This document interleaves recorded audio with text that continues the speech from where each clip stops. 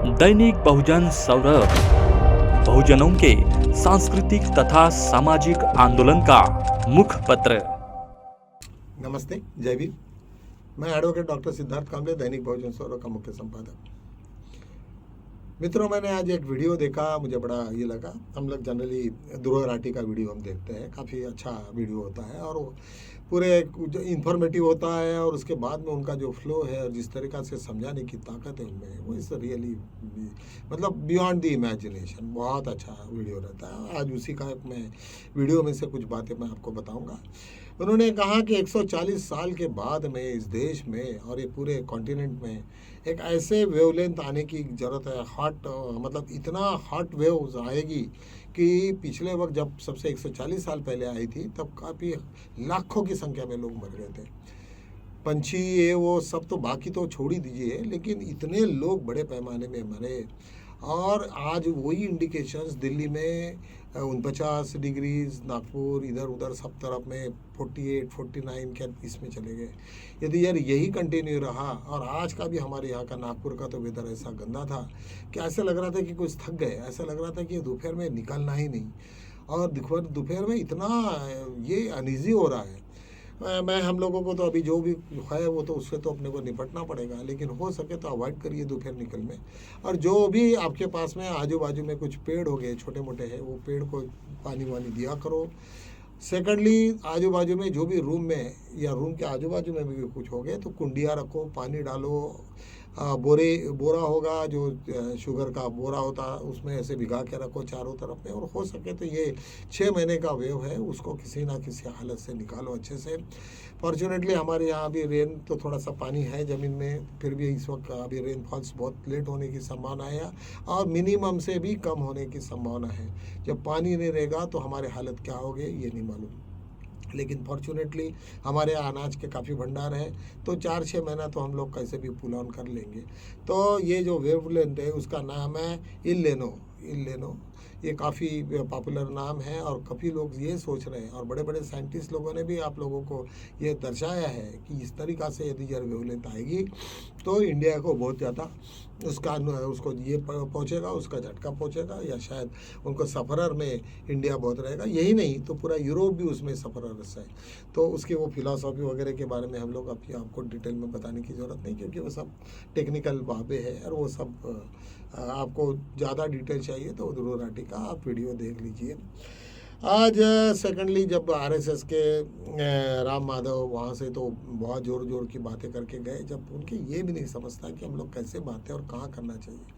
और जब वहाँ पे पूरा का पूरा वीडियो सब लोगों ने देखा, सब सुना और इंडिया में जब आए तब उन्होंने पूछा कि ये क्या हुआ, तो उन्होंने एकदम पलटी मार दी। उन्होंने कहा कि नहीं मैं दूसरे टेक्स्ट में था, मैं शायद मेरे से गलती हो गई, मुझे ये नहीं बोलना चाहिए था। मतलब बीजेपी पूरी की पूरी डोनाल्ड ट्रंप को सरेंडर हो गई है। और सरेंडर होने के पश्चात उन्होंने जो कहा कि अभी हमने इतना तुम्हारे पास में सरेंडर हो गए डोनाल्ड ट्रंप जी, फिर अभी हमसे क्यों तुम इतनी दुश्मनी रख रहे हो, अभी तो हमसे प्यार बताओ, हमको तो कुछ फेवर करो। अरे काय का फेवर, वो जस्ट तुमको कुत्ते जैसे करे, जब तक कुत्ता भौंकता नहीं तब तक तुम्हारे को ऐसा उसका डर लगता नहीं और उसको तुम खाना भी नहीं खिलाते। जब तुमको मालूम है कि तुम्हारा कुत्ता यदि जब तुम भूखा रहेगा तो काटेगा, तो निश्चित रूप से तुम्हें मालूम रहता है कि मुझे काट खाने से बेटर है उसको पहले खिलाओ और उसके बाद में फिर उसके साथ में लाड़ करो या कुछ भी करो। कोई भी प्राणी हो या कोई भी हो, उसको पेट भर का खिलाने का ये उत्तरदायित्व है। तो ऐसे ही टाइप का हुआ कि जब राम माधव इंडिया में आए तो उन्होंने अपनी बाजू को पूरा का पूरा पलट दिया और इस तरीक़ा से सब ये हुआ। आज और एक बड़ी इम्पोर्टेंट बात हमारे यहाँ पे होगी कि आम आदमी पार्टी के 7 MPs जो राज्यसभा के थे उनकी जाने की बात कही, लेकिन जब राघव चड्ढा जो उनका बड़ा लीडर था इन लोगों का और जो वो गेम कर रहा था, तो उनके साथ केवल 3 लोग दिखे वीडियोस, और उसमें से भी वो 3 लोगों में से कुछ वापसी आने की संभावना को टाला नहीं जा सकता। 10 में से 7 गए होते तो शायद बहुत नुकसान होता, अभी वो 3 ही है, तो ऐसे कोई स्प्लिट नहीं होता। कपिल सिब्बल ने अपनी प्रेस कॉन्फ्रेंस में कहा कि ऐसा कोई स्प्लिट होता नहीं है। मर्जिंग यदि यार कोई एक पक्ष से दूसरे पक्ष में मर्जिंग होता तो वो बात और है, और जो लोग मर्जिंग नहीं होना चाहते तो वो अपने आप को अलग कर सकते। लेकिन ऐसा इंडिविजुअल आदमी हो के मर्ज करना चाहता, तो ऐसा मर्ज नहीं है। मतलब ये तो कोई जब ऊट पटांग कोई किसी ने भी पैसे दे दिया, वो चले गया और वो उसको बोला कि नहीं नहीं नहीं मैं तो तुम्हारे में मर्ज हो गया, ऐसा नहीं होता। एंटी डिफेक्शन लॉ तुम्हें परव्यू नहीं करता। और ऐसे वक्त कभी ये सब सिचुएशंस में राघव चड्ढा की सांसदशिप हो जाने की संभावना बहुत ज़्यादा है, क्योंकि उन्होंने आम आदमी पार्टी के कोई भी प्रोग्राम में पार्टिसिपेशन नहीं किया, ना उनको ये किया।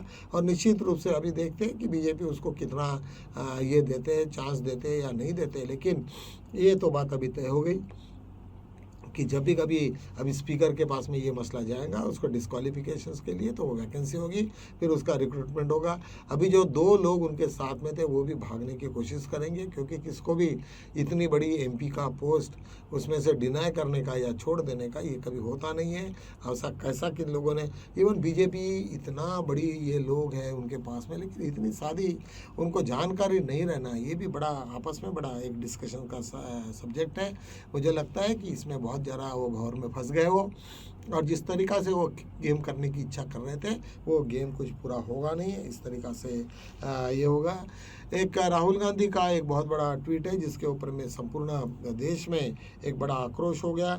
उन्होंने कहा कि भाई अभी बीजेपी ये बीजेपी नहीं रही, ये राष्ट्रीय सरेंडर संघ बन गया। राष्ट्रीय सरेंडर संघ मतलब जो आप सब डोनाल्ड ट्रंप के सामने में जब सरेंडर हो रहे हैं, और उसके बाद में जब वहाँ पे राम माधव इस तरीक़ा से भाषा का इस्तेमाल कर रहे हैं, तो वो आरएसएस और नागपुर से जिस तरीक़ा से ये सब एक्टिविटी चल रहे हैं, तो उन्होंने काफ़ी आक्रामक ट्वीट किया है।